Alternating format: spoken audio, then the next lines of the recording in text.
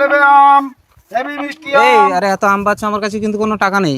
তোমাকে টাকা দিতে হবে না, আমি আমার অন্নপূর্ণা ভান্ডারের টাকা দিয়ে নিচ্ছি। ও দাদা, কত করে আম? 50 টাকা কিলো। কি এই আম 50 টাকা? একটু কম করেন। এছাড়া তোমার মতো ভিখারি আমার আম নিতে পারবে না। কি সামান্য আম বিক্রি করে তুমি আমাকে এত বড় কথা বললে? সামান্য আম বিক্রি করতে পারি, তুমি দিনে কয় টাকা ইনকাম করো? আমি 500 টাকা ইনকাম করে দিই। আমি পার ডে 5000 টাকা ইনকাম করি। শালা আম ব্যাপারীর সাথে পালাবো নাকি তাই ভাব। কি ভাবছো? না না কিছু। ভাই আমাকে নেবে তোমার ব্যবসায়? আমার সাথে ব্যবসা করবে, এদিকে এসো। হ্যাঁ, কি করতে হবে? এই কালো কালো আমগুলোতে কেমিক্যালটা লাগাও, একেবারে চকচকে হলুদ হয়ে যাবে। এটা তো ক্যালসিয়াম কার্বাইড, এটা খেলে তো মানুষ অসুস্থ হয়ে মারা যাবে। সে মানুষ দিয়ে একটা মরবে, কিন্তু এটা লাগালে দেখো আমের কালারটা একেবারে চকচকে হয়ে যাবে। তাই তো, কিন্তু এতে মানুষের প্রাণহানির আশঙ্কা আছে, এগুলো করা ঠিক না। হ্যাঁ ভাই, দেখো তোকে কাজ করতে হবে না, যা। এমনি পার ডে 5000 টাকা ইনকাম হবে নাকি? এই আম নিতে হবে না, রাখো রাখো রাখো। না, আমার টাকা দিয়ে আমি নেবো সব জায়গায়।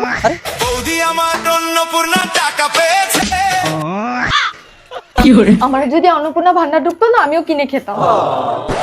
ও মাগো, আমি পেট ব্যথা করছে। লক্ষ্মী ছাড়ি লোভ দিয়েছে, আমার পেট ব্যথা করছে।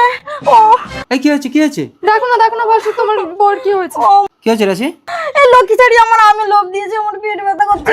আরে লোভ টোপ কিছু না, ওই আমে বিষাক্ত কার্বাইড ছিল, তোমাকে বারবার মানা করলাম নিও না, তুমি জেদ করে নিলে। চলো এখন হাসপাতালে। আর এইসব বউরা অন্নপূর্ণা ভান্ডার পেলে আর স্বামীর কথা শোনে?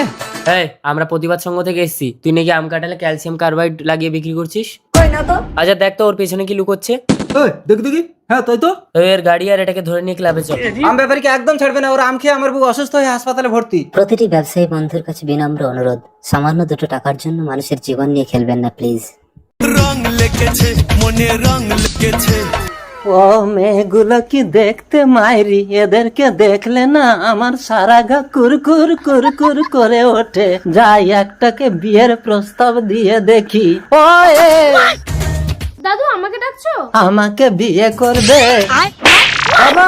বাবা না, মানে আমার ছেলের সাথে তোমার বিয়ের কথা বলছিলাম। ও আচ্ছা, তোমার ছেলের কথা বলছিলে? হ্যাঁ। ছেলেটা খুব হ্যান্ডসাম, বল নিতা। ও কি চেহারা, যেন ডাসা পিয়ারা। বাবা আমার লজ্জা করছে।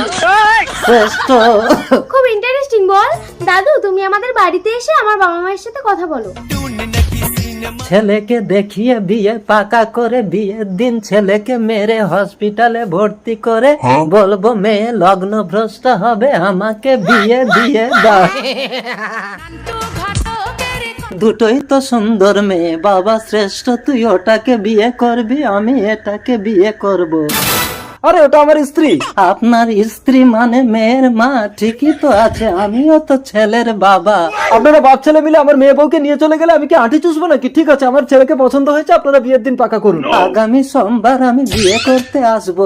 এ কি, আপনি আমাকে চোখ মারছেন কেন? আর আপনি বিয়ে করতে আসবেন কেন? আপনার ছেলেকে পাঠিয়ে দেবেন। আমাকে আপনাদের পছন্দ না? ঠিক আছে, সোমবারে আমার ছেলেই আসবে বিয়ে করতে। চল শ্রেষ্ঠ। বাবা আজ সোমবার, আমার আর সহ্য হচ্ছে না, আমি বিয়ে করতে যাচ্ছি। তোর বাপের এখনো বিয়ে হলো না, তুই বিয়ে করতে যাবি না?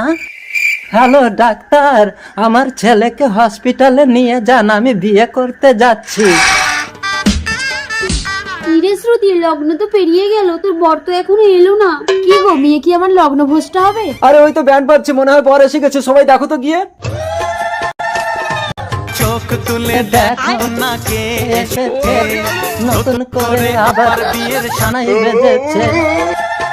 এ কি, আপনি আবার এসেছেন? আপনার ছেলে কোথায়? ছেলে অ্যাক্সিডেন্ট করে হসপিটালে ভর্তি আছে, তাই বৌমাকে বিয়ে করে আমি নিয়ে যেতে এসেছি। বাবা শ্রুতি, বিয়েটা করে নে, নইলে তুই লগ্ন ভ্রষ্ট হবি।